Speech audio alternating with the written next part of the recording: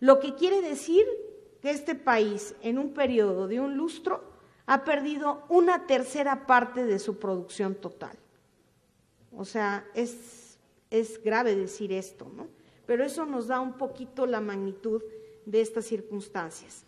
Luego, entonces, una situación que era económica y que empezó con una crisis económica muy tipificada, pues ya pasó a ser un problema político. Hoy hay un problema político económico y social muy importante en Europa, y se pueden identificar tres etapas en donde la Unión Europea ha reaccionado de diferentes maneras. Primero, rechazo, esto no nos puede estar pasando. Segundo, reconocimiento, creo que sí nos está pasando algo. Tercero, implementación, vamos a hacer algo. ¿Qué quiere decir esto? Bueno, pues que el gobierno de los países europeos no fue hecho para una crisis de esta naturaleza, nunca se previó una crisis de esta naturaleza. Luego, entonces, mucho de la evolución que ha tenido Europa se ha debido a la lentitud de respuesta de la cúpula, ¿no?, política económica europea. Así tenemos que el año del 2012 en el que acabamos de terminar, hubo decrecimiento, pero que tampoco va a haber crecimiento en este año en Europa. Y su moneda, por consecuencia, se ha venido depreciando de forma importante. El euro se ha venido debilitando y, por tanto, la recuperación no será vista hasta el 2014. Si seguimos con el tema europeo, quise ponerles dos estadísticas, dos indicadores muy interesantes. Producción industrial, otra vez por lo mismo que dije antes, es el motor de la economía. Y segundo, la tasa de desempleo. Si ustedes ven, a excepción de Alemania, que se representa en esta curva lila, todos los demás países de la zona euro han caído en una profunda desaceleración de su sector productivo. No digamos cómo se ha venido elevando las tasas de desempleo. Otra vez, Alemania es la excepción, pero vean el caso español, ¿no?, donde más de 1/4 parte de la población está en desempleo. Pero si hablamos de los jóvenes, el 50% de la población juvenil está en desempleo. Yo por eso creo que Rajoy no quiere ni asomar la cara, ¿no? Pero bueno, la siguiente. Estas son, de alguna manera, quise poner aquí gráficamente, pues las medidas de corto plazo y las medidas de mediano y largo plazo que implementará o que ha implementado Europa. En realidad, muy inmediato a la crisis fue aislar insolventes y crear un cerco, o sea que el efecto de contaminación, de insolvencia fiscal y de deuda soberana no se extendiera a más países. Y segundo, avanzar en un pacto fiscal, cediendo algo de soberanía local, pero tratando de ajustar los desbalances que Europa hoy tiene. En las medidas de corto plazo, pues fue lo que hizo la mayoría del planeta, dar liquidez y darle solvencia para que el mercado no se detuviera, y después empezar a ver cuáles eran los balances más dañados de los bancos para tratar de romper estos círculos perversos entre banca y sector productivo, ¿no? Y esto exigía sin duda limpiar balances bancarios. En una segunda etapa vino ya el proceso de cómo se iba a rescatar a los insolventes, y entonces se hizo un fondo permanente de rescate, se hizo en la cúpula un tratado de estabilidad, de coordinación y gobernanza que decidiría a quién prestar, cómo prestar, cuánto prestar y bajo qué condiciones. Luego un programa de capitalización bancaria, no solo de salvar o de limpiar balances, sino de capitalizar, de llevar dinero fresco y nuevo a los bancos. Y finalmente la decisión del Banco Central Europeo, ¿no?, que fue hacerse o ponerse como un prestamista de última instancia. Esto quiere decir que es una intervención masiva, ¿no?, para limpiar balances. Al final, las soluciones de largo plazo implican, como todo, más supervisión. ¿Por qué llegamos a esto? Porque hubo desorden, porque hubo contabilidad creativa, se inventaron números, en fin, poner orden ahí con sanciones e incumplimientos, un ajuste fiscal persistente, porque ningún país puede permanecer bajo estos niveles de deuda y déficit fiscal, y hay un riesgo muy importante. El riesgo es que finalmente haya una ruptura de la zona euro.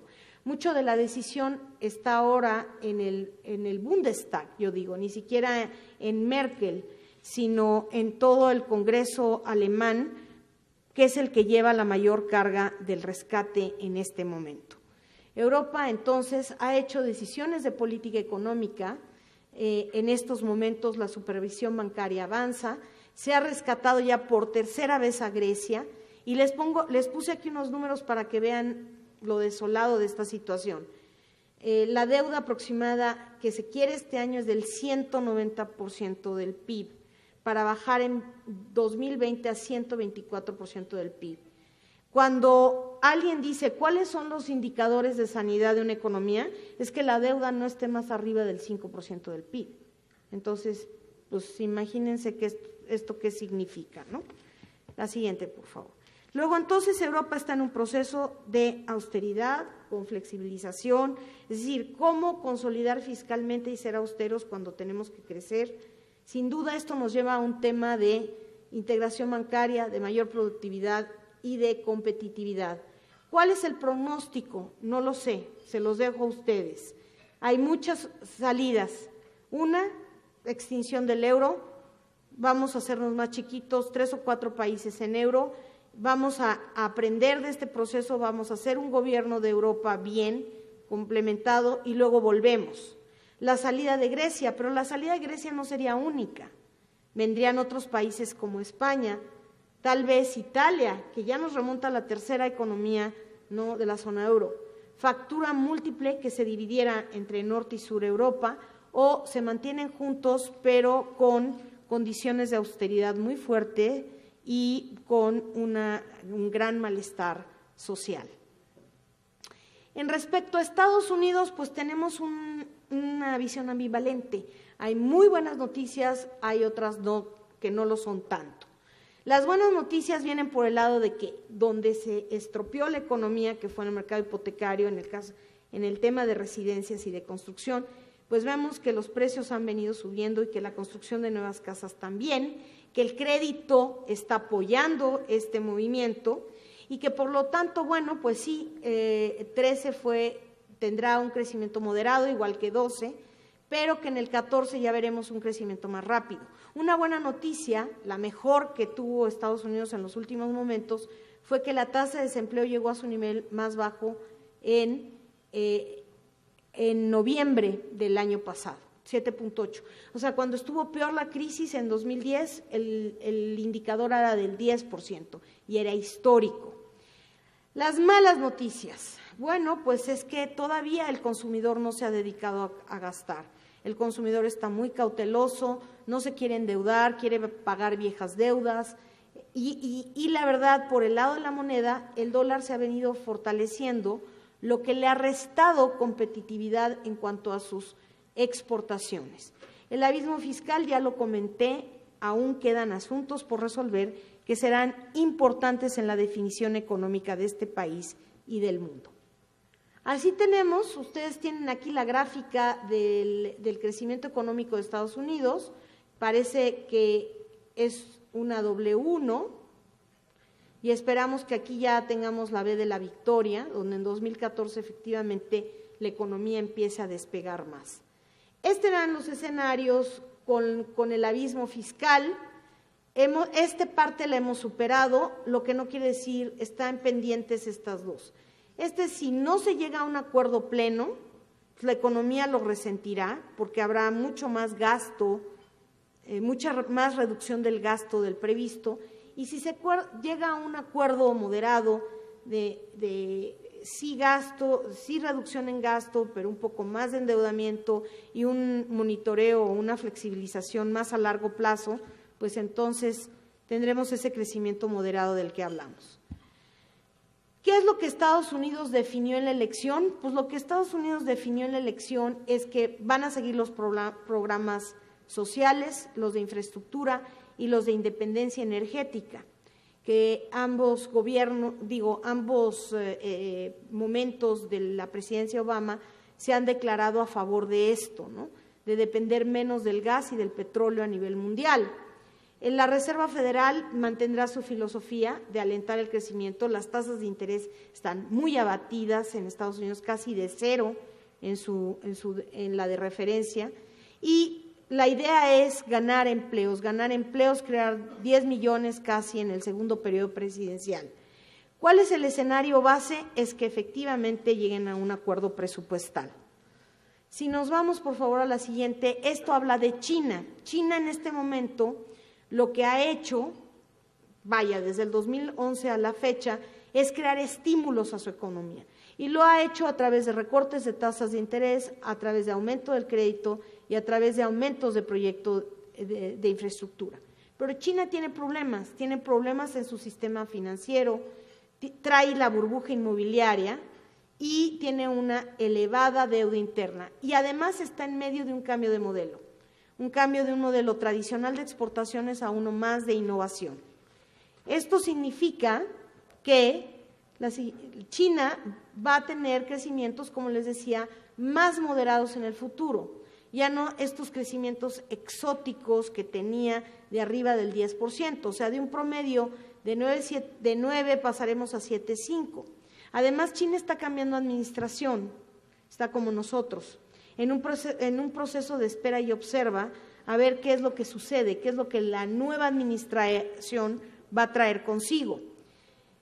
Entonces, en resumidas cuentas, tendremos que el crecimiento se mantiene moderado, que hay polos de riesgo como Europa, donde los asiáticos crecen más, donde China está atenuando su crecimiento y que, pues, lamentablemente, la incertidumbre priva en el mercado y que, por lo tanto, tendremos un crecimiento muy menguado este año. La siguiente, por favor. ¿Qué toca con respecto a México? En México, en el corto plazo, había dos cuestionamientos. Nos preocupaba mucho el tema inflacionario, por un lado, y nos afecta, y ahora en particular el mercado interno, porque las exportaciones han venido disminuyendo. En cuanto a la inflación, vemos un cambio de tendencia. Increíblemente, la inflación el año pasado estuvo por debajo del 4%, mucho más en la meta puntual del Banco de México de 3%, cerró en 3,6%. Vimos una caída brutal o una desaceleración en el ritmo de crecimiento de precios por esta baja de materias primas. Les quise poner aquí el índice de materias primas para que vean la volatilidad que ha tenido estos precios y vean cómo se han ido corrigiendo a la baja. Claro, fruto de una desaceleración económica. Y los salarios en México han estado bastante contenidos, por lo cual también las presiones inflacionarias han estado contenidas. En este año se ve que otra vez la inflación, o se prevé que la inflación esté por debajo del 4%. La preocupación en el mercado interno. El gasto interno ha estado disminuyendo, la economía se ve más desacelerada que respecto a 2012, ¿no? Y bueno, esto es un tema que tocaré en láminas posteriores. Si hacemos un balance muy rápido de lo que sucedió en los últimos 6 años, veremos que hay puntos positivos como todo en la vida y puntos negativos. A favor del presidente Calderón, pues están las reformas que pudo lograr hacer en sistema pensional y la última que logró en sus últimos días de mandatos respecto a la laboral. En cuanto a infraestructura, se hizo mucho por el sistema hídrico nacional, porque la verdad es que tenemos un problema de agua verdaderamente importante en el país, no solo por abastecimiento, sino también por la calidad del agua. Y las leyes que llegamos, por ejemplo, a RIA+20, con una ley general de cambio climático que nos pone a nivel de naciones punteras o preocupadas en este ámbito, la ley de asociaciones públicas y privadas que permitirá la concurrencia de proyectos privados para desarrollar infraestructura pública, y la ley de contabilidad gubernamental, muy importante, porque los estados se han endeudado mucho y este es un pasivo que traemos. Entonces, se quiere poner orden en ese sentido. Los negativos, pues un crecimiento muy bajo y totalmente dependiente del exterior, un crecimiento promedio anual del 1.6, que es el menor al histórico en 2 décadas, ya de por sí muy bajo, 2,5, una dependencia comercial y de inversión excesiva de Estados Unidos, 85% en lo comercial, 54% en lo financiero. El empleo es el gran talón de Aquiles de la economía mexicana. Deberíamos estar creando en promedio 1.200.000 empleos y se crearon durante el gobierno calderonista solo 400.000 en promedio anual. Y hemos visto que la deuda externa también ha aumentado. No estamos, desde luego, en niveles que lo que he revisado de Europa, pero pues también hay que poner un ojo a esto para que no tengamos problemas en un futuro. Y ha habido muy modesta innovación tecnológica en México. El emprendurismo es algo que debe de ser alentado. Si vemos la evolución del PIB, bueno, pues después de vamos a decir, esta recuperación que tuvimos en el 5 del 2010, vean ustedes cómo hemos ido desacelerando la economía. Hoy vamos a tener un ritmo menor que incluso que en el 2012. Por su parte, la inflación cayó, vean, esta es la caída, estos son los dos índices de precios. Este es el índice que nos interesa, el subyacente, porque él es el que nos quita toda la volatilidad de los precios administrados por el gobierno, energéticos, alimentos. Y los dos cayeron brutalmente entre noviembre y diciembre, lo que nos da una inflación, la real, la que verdaderamente nos importa, alrededor del 2.9%, lo cual en ese sentido pues no tenemos mayor preocupación.